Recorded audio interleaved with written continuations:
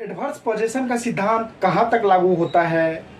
क्या 100 साल के बाद भी आपसे कोई आपका कब्जा खाली करवा सकता है? आपने किसी के ज़मीन पर नाजायज़ कब्जा कर लिया है और यदि 100 साल हो गया है या उससे कम हुआ है या उससे ज़्यादा होता है, यदि दूसरा पार्टी जिसके ज़मीन पे आपने कब्जा किया है वो पार्टी तैयार हो जाता है तो वो आपके कब्जे को खाली करवा सकता है या नहीं?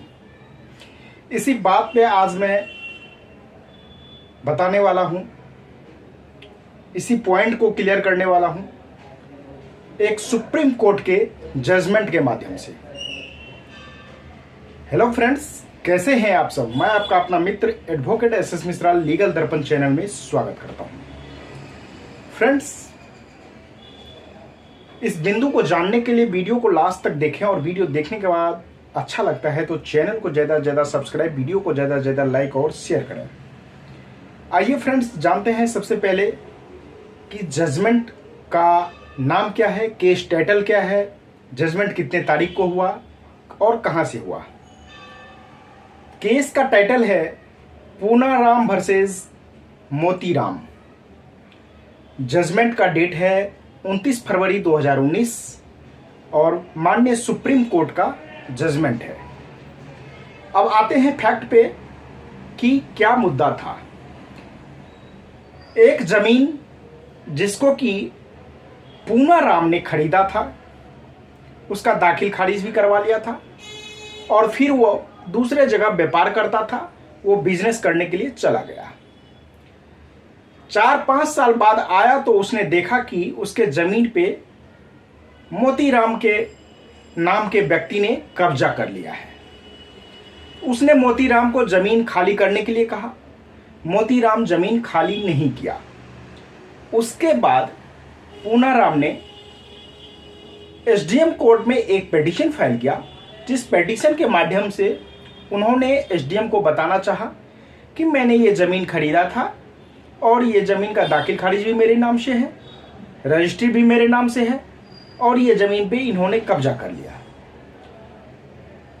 और उसके बाद पूनाराम जो है फिर अपने बिजनेस जहाँ पे करते थे वहाँ पे चले गए। 25-30 साल बाद पुनः पूनाराम आए तो देखे कि उसके ज़मीन पर वह व्यक्ति जो मोतीराम है कब्जा जमाए ही बैठा है। फिर पूनाराम ने उसको बोला, उसने कब्जा नहीं खाली किया तो मोतीराम ने जब कब्जा खाली नहीं किया तो पूनाराम सिविल कोर्ट में मुकदमा दायर किया।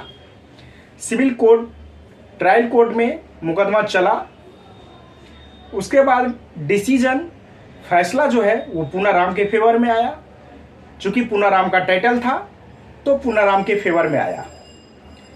अब इस डिसीजन को नहीं मानते हुए मोतीराम ने इस फैसले के अपील में माननीय हाईकोर्ट चला गया।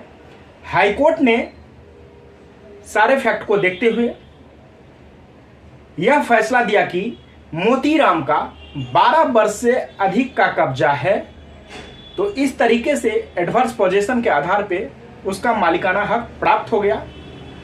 यानी कि मोतीराम के फेवर में फैसले माननीय हाईकोर्ट ने दे दिया।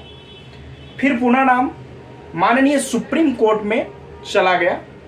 सुप्रीम कोर्ट जब अपील में गया तो सुप्रीम कोर्ट ने 2 तर्क दिए। तर्क नंबर 1 कि अगर किसी व्यक्ति का टाइटल है और उसके बाद दूसरा व्यक्ति ने उसके ज़मीन पे कब्जा कर लिया है तो वह व्यक्ति जिसका ज़मीन पे कब्जा किया है, यदि उस लाठी से यानी बल से यदि वो मजबूत है तो उस ज़मीन को वह अपने बल का प्रयोग करके खाली करवा सकता है, बशर्ते कि बल का प्रयोग करने से पहले वो आईपीसी की धारा 441 और 447 में पुलिस स्टेशन में जाके केस दर्ज करवा दे। पुलिस आएगी, उसको बताएगी जिसने कब्जा किया है। उसके बाद भी यदि वह नहीं मानता है तो जिस व्यक्ति के ज़मीन पे कब्जा किया है वह लाठी के बल पे उस कब्जे को खाली करवा सकता है। उस व्यक्ति पे कोई मुकदमा नहीं होगा। दूसरा तर्क दिया कि यदि व्यक्ति एडवर्स पोजीशन के आधार पे मालिकाना हक चाहता है तो सबसे पहला चीज है कि एडवर्स पोजीशन शांतिपूर्वक होना चाहिए। यहां पे एडवर्स पोजीशन शांतिपूर्वक नहीं था, क्योंकि जब पूनाराम को पता चला था तो उसने एसटीएम कोर्ट में पिटीशन फाइल कर दिया था, फिर वो व्यापार के लिए निकला था।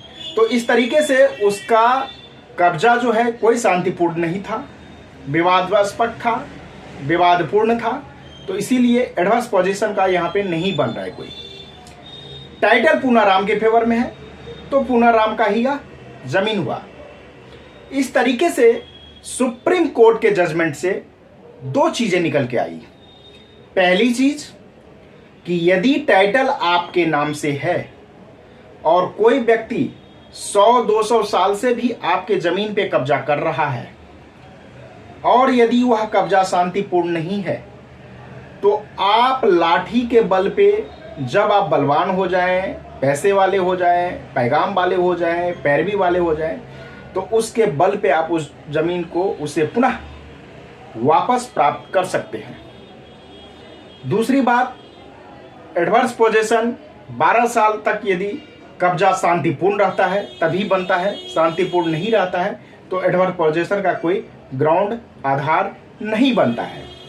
इस तरीके से पूनाराम माननीय सुप्रीम कोर्ट में जाके जो अपील दिया, उस अपील में पूनाराम ने केस जीता। तो फ्रेंड्स, अब आप लोग समझ गए होंगे कि यदि कोई सी जमीन पे 100 साल से अधिक का कब्जा भी है तो घबराने की कोई बात नहीं है। आपके नाम से यदि टाइटल है तो आप 100 साल के बाद भी जब आपके पास उतना बल आ जाएगा, उतना पूंजी वाले हो जाएंगे, तो किसी न कोई पुष्ट जो है आपका, वह जमीन चाहेगा तो वो उससे छीन सकता है, ले सकता है। तो ये वीडियो कैसा लगा आप मुझे कमेंट करके जरूर बताइएगा। कोई कंफ्यूजन हो तो कमेंट कीजिएगा, मैं उसका रिप्लाई देने का कोशिश करूंगा। आप लोग यदि मुझसे ऑन कॉल बात करना चाहते हैं तो स्क्रीन पे दिए गए नंबर पे कॉल बुक करके आप मुझसे ऑन कॉल कंसल्टेंसी ले सकते हैं। ये कंसल्टेंसी चार्जेबल होगा, इसके चार्ज देने पड़ेंगे। फ्रेंड्स, किसी भी तरीके का लीगल टॉपिक पे हमसे आप सलाह ले सकते हैं, चाहे वो ज़मीन जायदाद से संबंधित हो, डिवोर्स से संबंधित हो, क्रिमिनल से हो, सिविल से हो, टैक्सेशन से हो, किसी भी प्रकार का आप सलाह हमसे ले सकते हैं। आज तक के लिए फ्रेंड्स इतना ही, फिर मिलते हैं नेक्स्ट वीडियो में। तब तक के लिए धन्यवाद।